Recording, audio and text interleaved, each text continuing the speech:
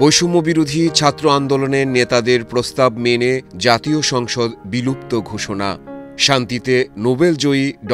মোহাম্মদ ইউনূসের নেতৃত্বে অন্তর্বর্তী সরকার গঠনের প্রস্তাব।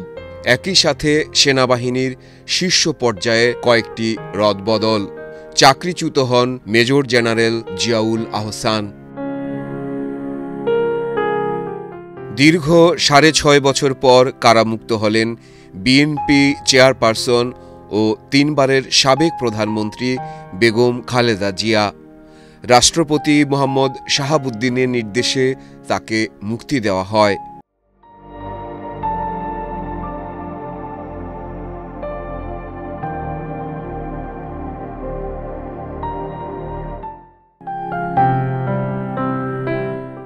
এছাড়া কোটা সংস্কার আন্দোলনের নামে নাশকতার মামলায় বিএনপির স্থায়ী কমিটির সদস্য ও সাবেক মন্ত্রী আমির খসরু মাহমুদ চৌধুরী সহ বিএনপি জামায়াতের ২,২০০ নেতাকর্মীর জামিন মঞ্জুর করেছেন আদালত।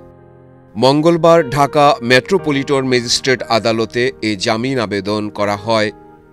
শুনানি শেষে বিচারক তাদের জামিন মঞ্জুর করেন। কোটা সংস্কার আন্দোলনের নামে নাশকতার অভিযোগে তাদের গ্রেপ্তার করা হয়েছিল। ছাত্র জনতার তোপের মুখে শেখ হাসিনা ভারতে চলে যাওয়ার পর সরকারহীন, পুলিশহীন এক নৈরাজ্যের রাজ্যে পরিণত হয় দেশ।